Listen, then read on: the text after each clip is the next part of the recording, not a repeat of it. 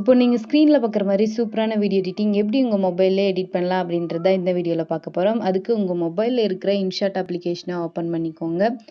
Open பண்ணிட்டு video அப்படின்ற ஆப்ஷனை கிளிக் பண்ணிக்கோங்க. ஆப்ஷனை கிளிக் பண்ணிட்டு நியூ அப்படின்ற ஒரு ஆப்ஷன் இருக்கும். அதை கிளிக் பண்ணி உள்ள கேலரிக்குள்ள போயிருங்க. நீங்க எந்த ஃபோட்டோல எடிட் பண்ணலாம் அப்படின்னு நினைக்கிறீங்களோ அந்த ஃபோட்டோவை கிளிக் பண்ணி ஆட் பண்ணிக்கோங்க.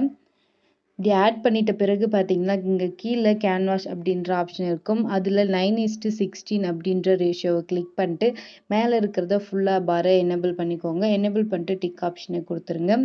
நெக்ஸ்ட்டு இதை பிளர் பண்ண போறோம். அதுக்காக பார்த்தீங்கன்னா, இப்படியே ஸ்க்ரோல் பண்ணிட்டு வந்தீங்கன்னா, பேக்ரவுண்ட் அப்படின்ற ஆப்ஷன் இருக்கும். அதில் செகண்ட் ஒன்னை கிளிக் பண்ணிக்கோங்க. கிளிக் பண்ணிட்டு டிக் ஆப்ஷனை கொடுத்துருங்க. நெக்ஸ்ட் இந்த ஃபோட்டோவை இப்படி ஸ்லைட் பண்ணிங்கன்னா ஃபுல்லாக வந்து இது மறைஞ்சிரும்.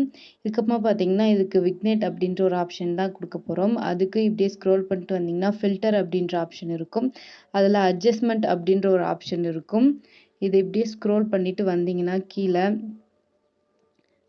விக்னேட் அப்படின்ற ஆப்ஷன் இருக்கும். இதை கொடுத்துட்டு உங்களுக்கு தேவையான அளவு பார்த்தீங்கன்னா எனேபிள் பண்ணிக்கோங்க. நான் வந்து ஃபுல்லாகவே பண்ணிக்கிறேன்.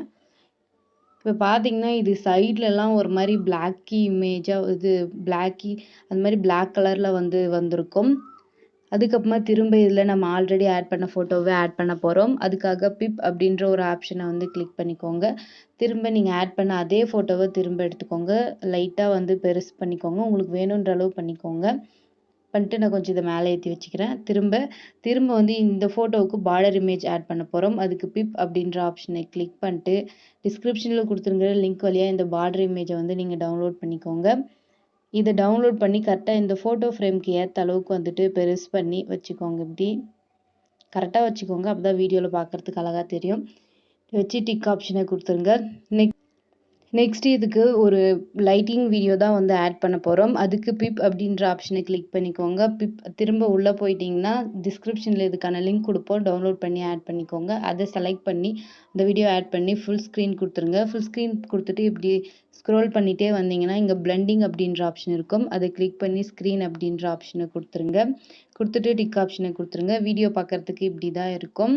நெக்ஸ்ட்டு இதில் வந்துட்டு லிரிக்ஸ் வீடியோ தான் வந்து லிரிக்ஸ் சாங் வீடியோ தான் ஆட் பண்ண போகிறோம். அதுக்கு நீங்கள் வந்து யூடியூப்பில் போயிட்டு பிளாக் ஸ்க்ரீன் வீடியோ அப்படின்ட்டு நீங்கள் கேட்குற சாங்கை வந்து போட்டு சர்ச் பண்ணிங்கன்னா அதிலே வந்து வந்துடும். அதை டவுன்லோட் பண்ணி ஆட் பண்ணிக்கலாம்.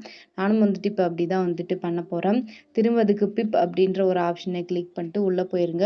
உள்ளே போயிட்டு உங்களுக்கு வேணும் அப்படின்னு நினைக்கிற அந்த பிளாக் இமேஜை வந்து ஆட் பண்ணிக்கோங்க. இதில் நீங்கள் டவுன்லோட் பண்ணி வச்சுக்கிற பிளாக் ஸ்க்ரீன் வீடியோ வந்து ஆட் பண்ணிக்கோங்க. ஆட் பண்ணி எவ்வளோ வேணுமோ அந்த அளவுக்கு வந்து பெருசு பண்ணி இந்த மாதிரி கீழே வச்சுருங்க.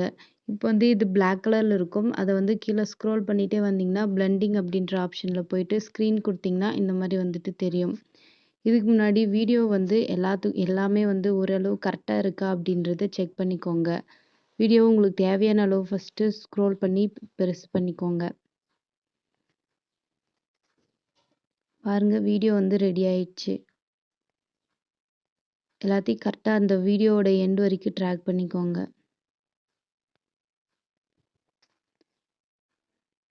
வீடியோ இப்போ ரெடி ஆயிடுச்சு. இதை வந்து சேவ் பண்ணிக்கோங்க. மேலே சேவ் அப்படின்ற ஆப்ஷன் இருக்கும். உங்களுக்கு தேவையான குவாலிட்டியில் வச்சுட்டு வீடியோ சேவ் பண்ணிக்கோங்க. இந்த வீடியோ பிடிச்சிருந்தா வீடியோக்கு லைக் பண்ணிட்டு சப்ஸ்கிரைப் பண்ணிடுங்க.